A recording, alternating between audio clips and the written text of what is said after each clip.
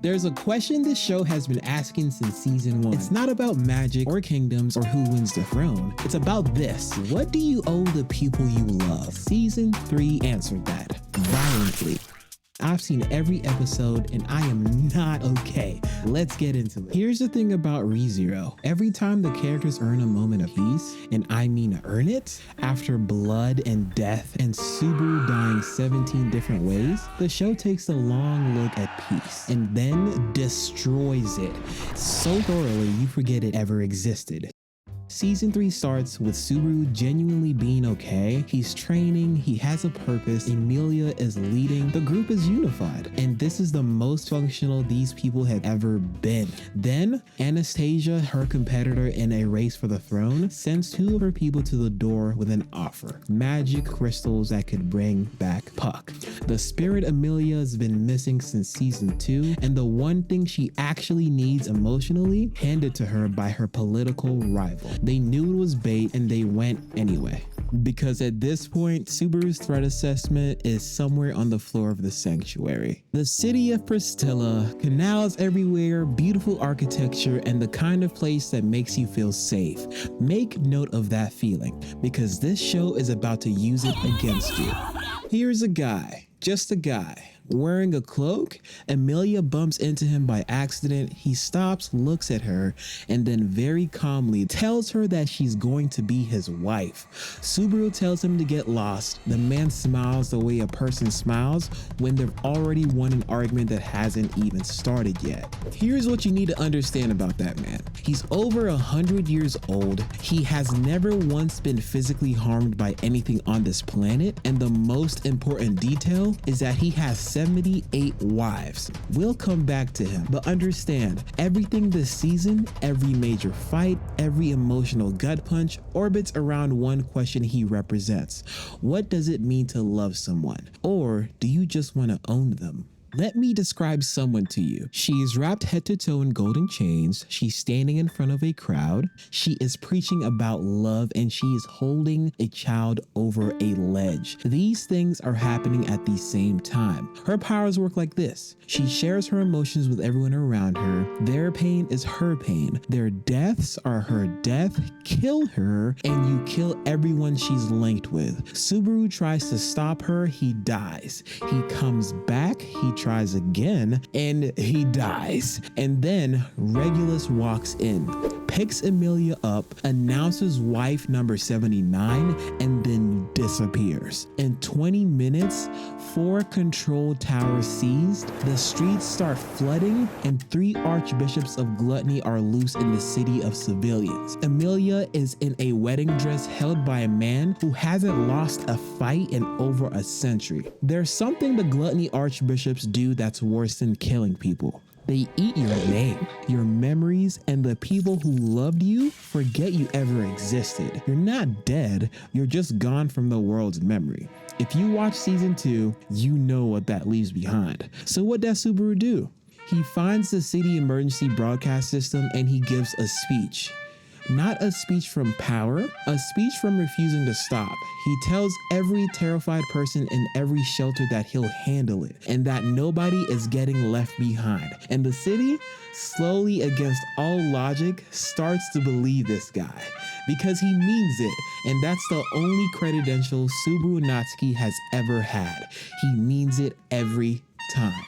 Priscilla vs. Sirius is the fight this season doesn't give enough credit for. And the first thing you need to understand is that nobody expected Priscilla to be able to fight like this. She's been in the show since season 1 and she's always been magnificent, but in the throne politics, I am the center of the universe kind of way. This season, she is fighting an archbishop of the witch cult and treating it like an errand. Change the size of your arm, moving at full force, deflected. Fire that could cook a stone, stepped around. She is not even practically engaged. But Sirius finds an angle. If she can pull Liliana under her authority, force the songstress to feel what she feels and think what she thinks, the plan falls apart. She reaches for her and it's working. And Priscilla kisses her.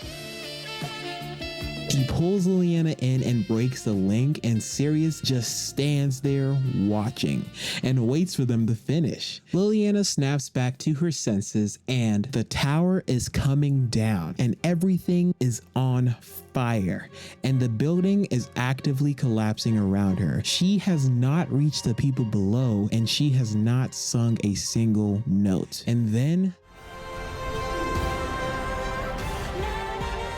this is what Sirius never understood about her own authority. Forcing everyone to feel the same thing is not connection, it's erasure. Liliana's voice lets everyone feel something true, something that is theirs. That is the difference between manufactured unity and the real thing. And the city feels it, one person at a time, and the crowds go still.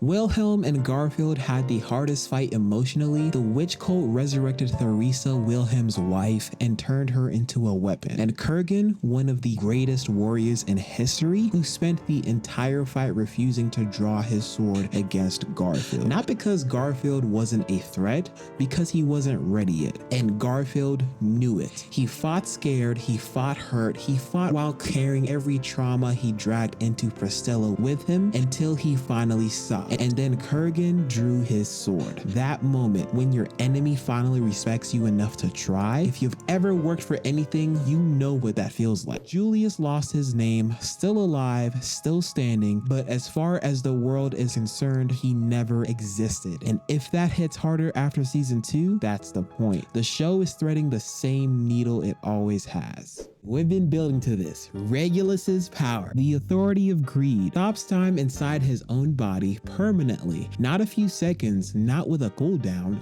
always. His body exists outside time. Nothing touches him, nothing ages him, nothing hurts him. He built the most powerful invincibility in this universe, and he built it because his own heart wasn't enough to do it alone. So he collected 78 girls and gave out pieces of his heart across them like a life support system made of human beings. Subaru and Reinhardt crashed the wedding, and I'm talking about busting down the door. Oh my god. Bro, do you see how they did this, man? Nah. Bro, Reinhardt did not need to do this man like that, because golly. Here's what gets missed when people frame season 3 as just the hype arc. Regulus loved Amelia the way you love a collectible. He wanted her silent, immobilized, grateful. He built the most elaborate power system in this series. Amelia's answer to him was simple. The person she loved would make her feel safe enough to be fully herself. Subaru didn't arrive with more power this season. He didn't unlock something new. He just kept showing up for the city, for his people, for her, and season 3 is the moment that finally becomes enough. Julius is still out there, forgotten. The show isn't finished with that thread, and neither are we. Before season 4, 3 things this season showed you that haven't been explained yet. 1. Al. He's been Priscilla's knight since season 1. One arm, mysterious, always in the right place. This season in dialogue, the anime quietly cut from the adaptation. He references dodging an attack from Capella that hadn't even happened yet in that conversation. He corrects himself, a different time she wouldn't know about, and he flooded the city. He shows up at every critical moment like he read the script before everyone else did. The leading theory?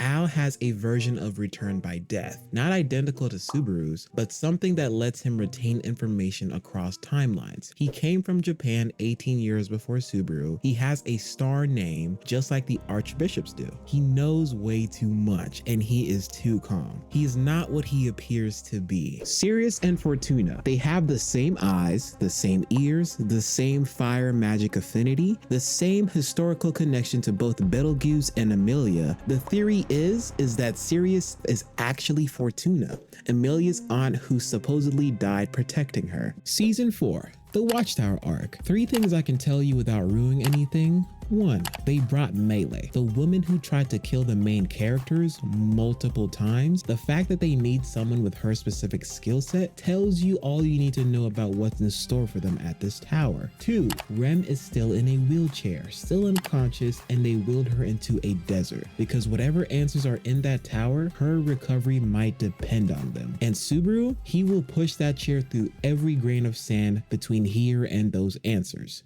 This arc is the most psychologically brutal stretch in ReZero's history. Season 2 broke Subaru through failure and grief. Season 4 breaks him through truth, through things you can't unknow once you know them, through the cost of being the person who holds all the information when the people around you can't. If Season 3 was the show proving that showing up for people can beat the most powerful invincibility in the world, Season 4 is the show asking a harder question. What do you do when the thing standing between your people's safety lives inside them? I've been waiting for this arc for 2 years. I think it's the best thing this story has ever done, and I cannot wait to get into it. If you like that video, tell me what you think and like and subscribe, and don't forget to leave a comment.